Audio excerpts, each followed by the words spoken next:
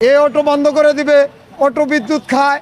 যদি এই কথা দেশবাসী বলে, আমি আপনাদের মাধ্যমে এই দেশবাসীর সামনে বলতে চাই, কোন জায়গায় বিদ্যুৎ ব্যবহার করা হচ্ছে না। শুধু রিক্সা চালকদের জন্য বিদ্যুৎ, দোকানে কোনো পাথরের মাপ আছে, এখন তারা ডিজিটাল মেগা পাল্লা ব্যবহার করে। কোনো দর্জি পা দেয়া কাপড় সিলি করে না, কোনো নাপিত কেসি দেয়া চুল কাটে না, কোনো মহিলারা মশলা বাটে না। আপনারা রান্না করার জন্য প্রেসার কুকার, গরম করার জন্য ওভেন, কাপড় ধোয়ার জন্য ওয়াশিং মেশিন, রুম গরম করার জন্য হিটার, গরমে ঠান্ডা পাওয়ার জন্য এসি, সব কিছু ব্যবহার করবেন। আর রিক্সা চালকদের গাড় ধরে রিক্সা চালাবেন।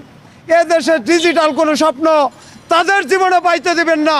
এই ষড়যন্ত্রের রায় এই দেশবাসী মেনে নেবে না। অটো রিক্সা বন্ধ করে দিবে, এটা আমাদের কোনো দুঃখ নাই। আমরা এ দেশের নাগরিক, আমাদের খেটে খাওয়ার অধিকার আছে না?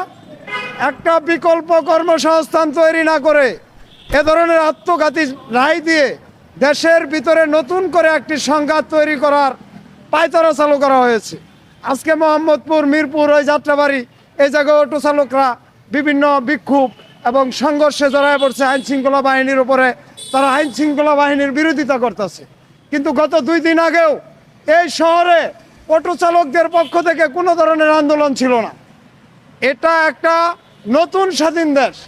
এই স্বাধীন দেশে কোনো কারিকুলাম ঠিক না করে যদি শ্রমিকের হাত থেকে এভাবে কর্ম কেড়ে নেওয়া হয়, যদি শ্রমিকরা কোনো ধরনের অপ্রীতিকর ঘটনা তৈরি করে, এর দায় কে নেবে? এর দায়টা কে নেবে? তারা বলছে লক্ষ লক্ষ শ্রমিক অটো চালায়, তাহলে এই লক্ষ লক্ষ অটোর লক্ষ লক্ষ শ্রমিক আছে।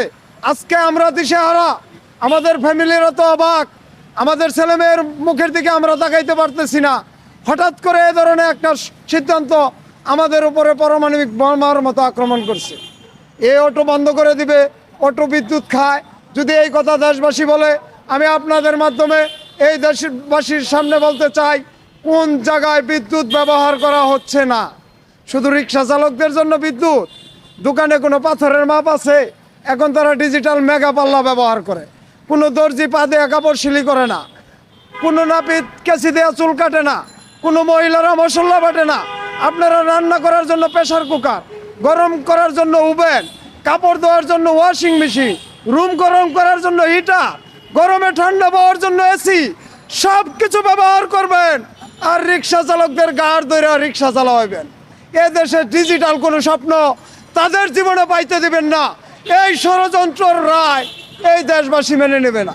এই বৈষম্য বিরোধী আন্দোলনের লক্ষ্য হলো বৈষম্য দূর করা।